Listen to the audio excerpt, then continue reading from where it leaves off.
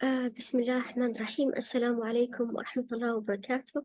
Ladies and gentlemen, I'm very happy to be in front of you today talking about the effects of climate change on floods and flood analysis.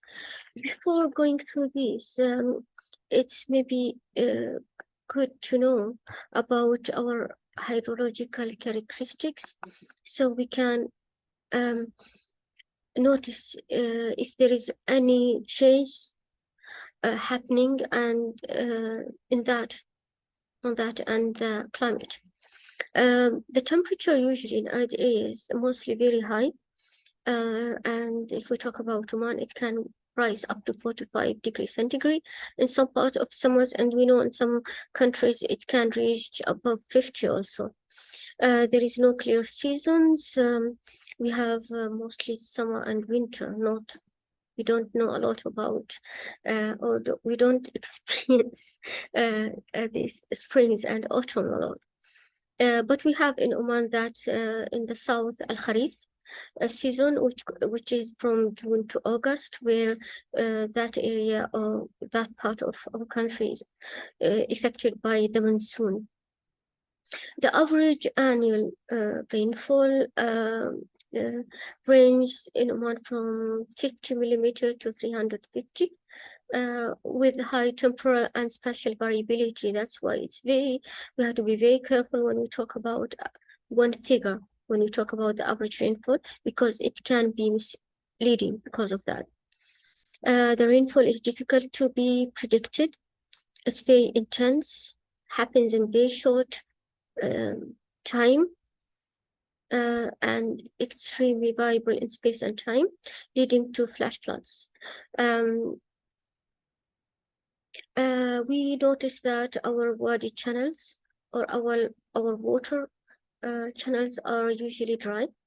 We call it wadis until there is very heavy rainfall, and then we will see the flash floods.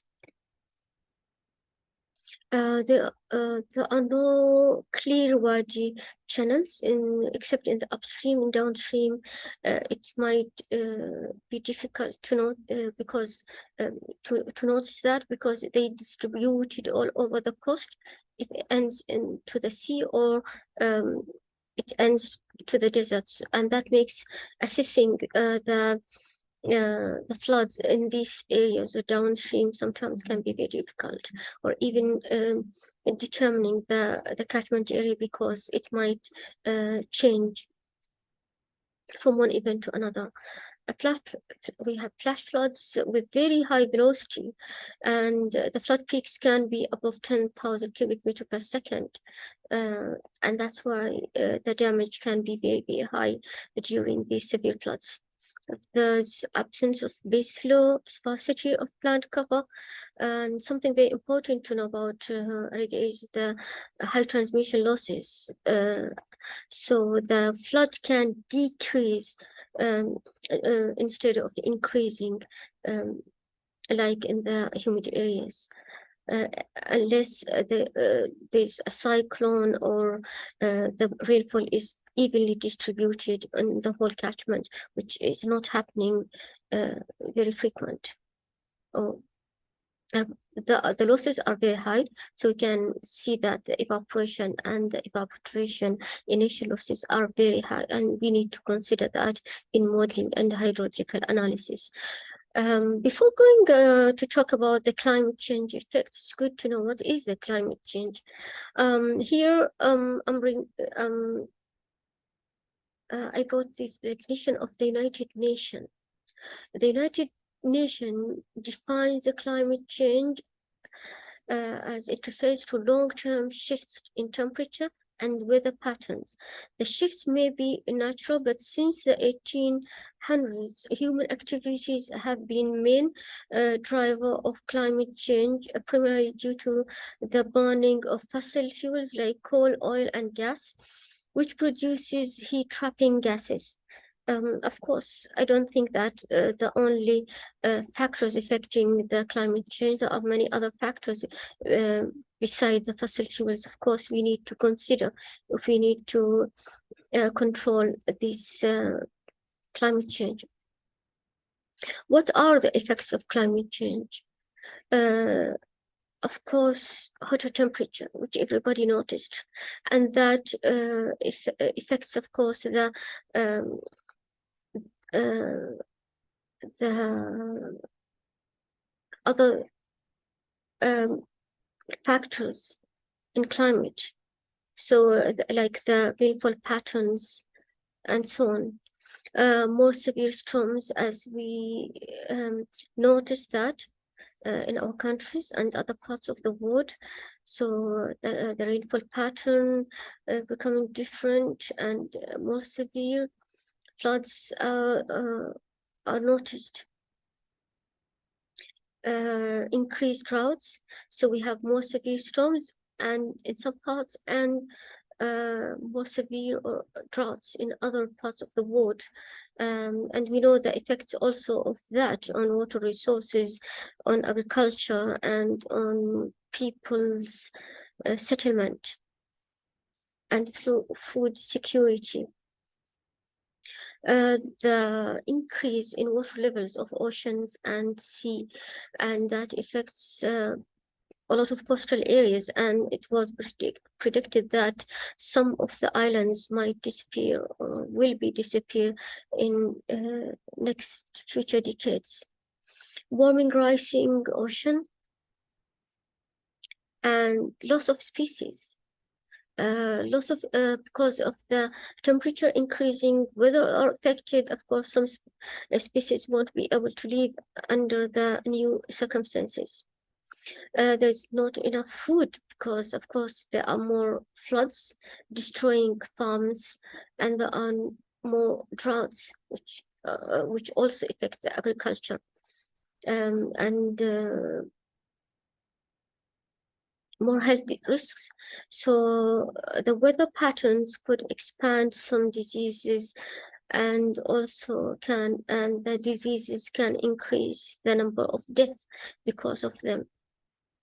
The poverty and displacement also increased because a lot of people might lose their houses and properties because of floods, and there are droughts also affecting the farmers, and affecting also affecting the jobs. The people, because of the high temperature, they cannot work always outdoor jobs sometimes.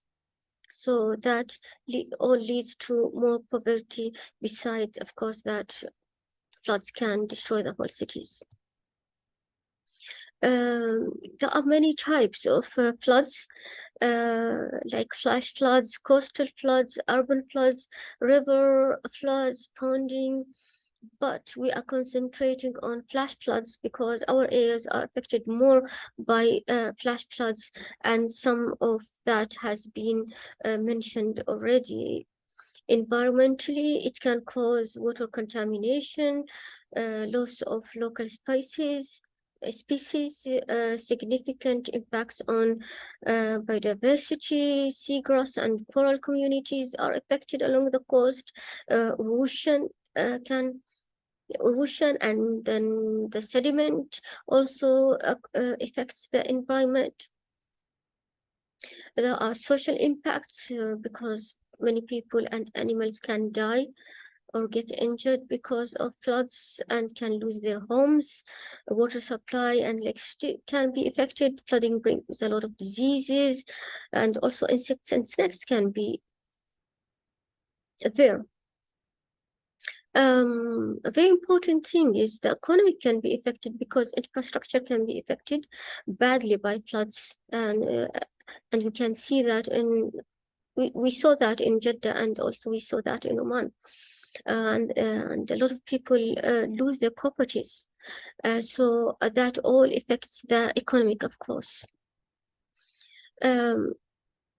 There are also, if talking about negative effects of floods, but we have to remember there are some flood positive impacts, like floods help spreading organic materials, nutrients, sediments, which is good for agriculture, and very important, increasing the water level for groundwater and surface water into, and it's have positive impacts on wetlands and the species living there. Talking about Oman, that Oman is always exposed to severe floods and tropical cyclones because of its location.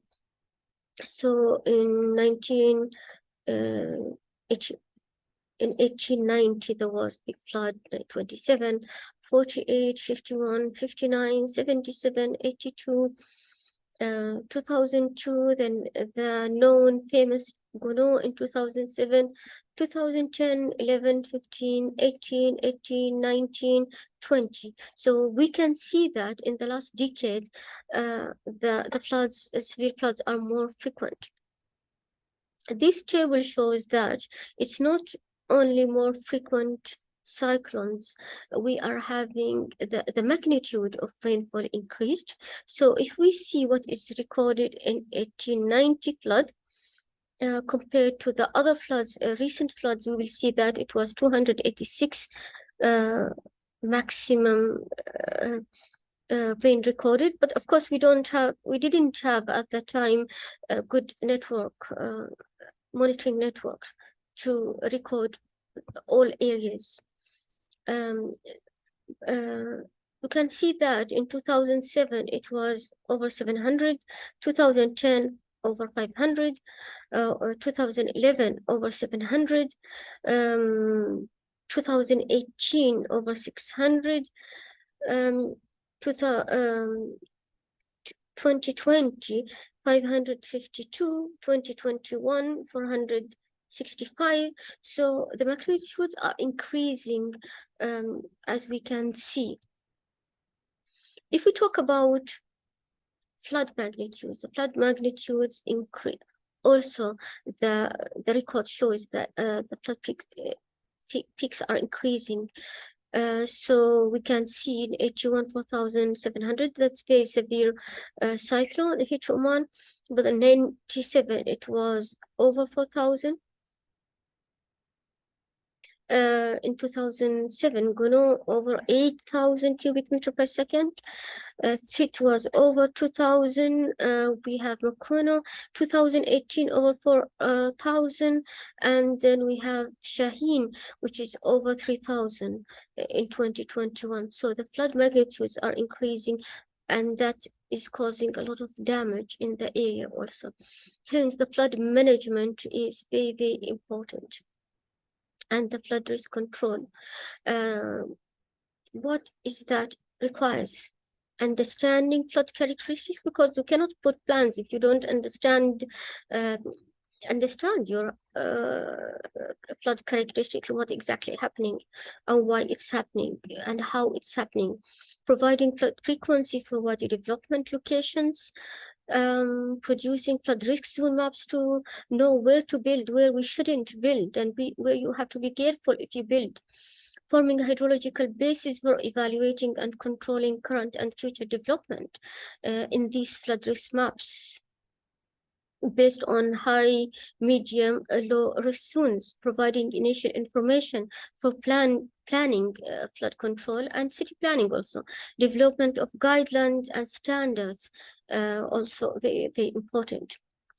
To do that, of course, you need to do rainfall frequency, flood frequency. You have to do rainfall runoff relationships analysis, and to also know and assess the losses. Flood frequency analysis are very, very important because the rapid development needs improvement of floodplain planning and management. Providing information for progression to the floodplain management, for determination and implementation of flood control and mitigative measures in flood-prone areas, also to protect the existing and future areas by building flood protection schemes, assessing regional flood characteristics, and making standardized approach desirable, because you cannot just give the different companies different areas and they select whatever they want. If you do frequency analysis for whole nations, you will have better understanding and can provide also the frequency analysis frequency for different design floods for any areas you want to have a project in it. This is the first flood frequency curve was done, general curve for Oman, based on very few data at the time in 1991. And everybody thought at that time it's overestimating the flood peaks, and it shouldn't be used. We should use less and all that stuff. And those are the flood maps. This is an example of flood risk map.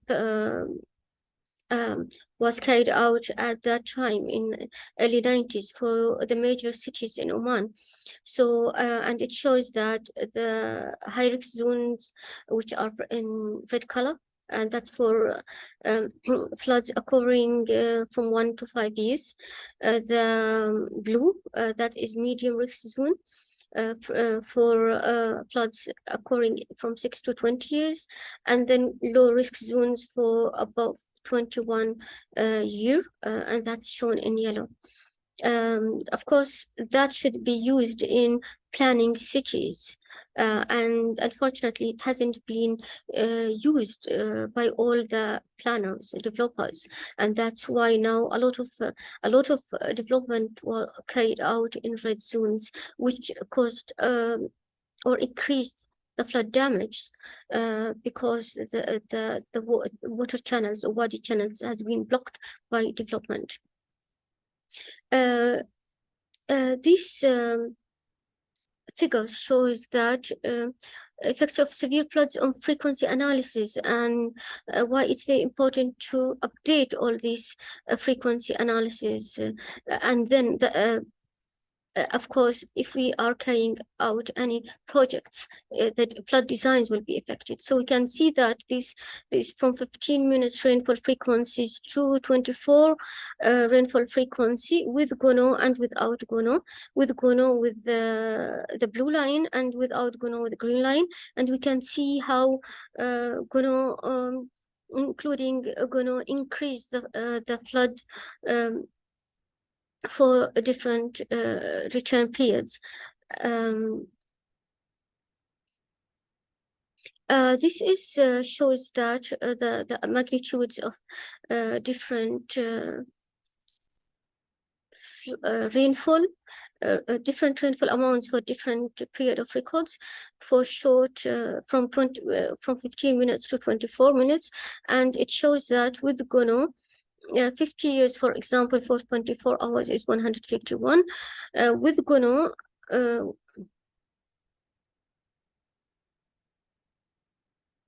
it's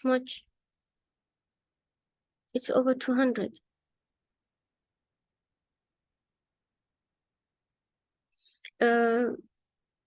It's over 300 actually.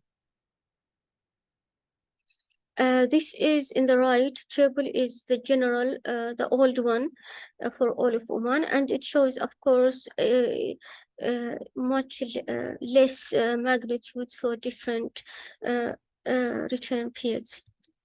Here, this table shows different floods magnitudes, flood peaks for different period of records: 72 to 2006, 72 to 2007, 72 to 2010.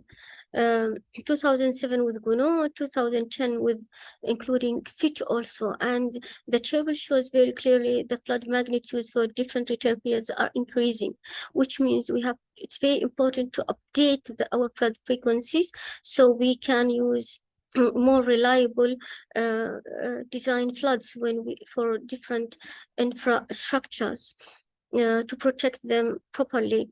And consider the climate change effects. This one shows that flood frequency analysis for Wadi Hajar, and it shows very clear that the effect uh, of uh, of Gono, including and excluding, is very high. So it's very important to update our frequency analysis and include the severe floods.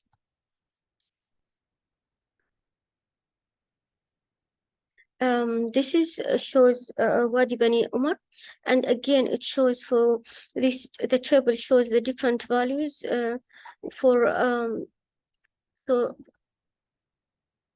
for different periods up to 2010, 2014, and 2021 for the last decades.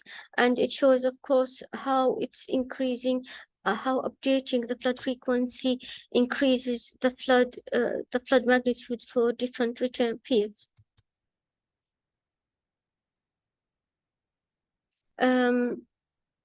Once we talked about that, it's very important then to understand that the integrated flood management is very important. So you cannot sort one problem and ignore the others, or only think about protection without thinking about all the other sectors and areas affected by that. So for proper flood management, you need to have land use management, you have to water resources management, you have to have risk management. The floodplain management is prevention. We should have prevention activities and environmental activities. So that is usually before before the flood happens. Then once the flood happens, you need to have proper response activities. And after the flood or severe flood happens, then you need recovery activities. And because of the time consideration, time limits, I cannot go through all these activities in details, but you need to do in prevention activities. There are many different things supposed to be done. In environmental activities, there are many other things needs to be carried out, and then the recovery. As a conclusion, is I will conclude my presentation with that climate change has great effects on different aspects of life. It also affects the flood patterns and frequency. Flood studies and management should consider all these changes when carrying out any study or protection schemes. Also, as the flood has great effects on different aspects of life and environment, integrated flood management is essential. Flood management should include floodplain management, prevention activities, should include response activities, and recovery activities. Also, there should be certain strategies to reduce physical hazard, the exposure to the hazard, and the vulnerability to the hazard, considering the climate change effects, as I showed some the examples about how the hydrological analysis, frequency analysis are affected. So the design floods are affected. We need to consider the climate change to take the right actions and protection, and design the right protection schemes also. Flood studies and hydrological analysis is very important for better understanding the hydrology of any region, and based on that, selecting the suitable design floods and suitable models, suitable methods. Also, the update of hydrological analysis and the flood frequency analysis are very important, as these results can affect the design floods for different return periods, for different schemes. Thank you very much for listening. Thank you.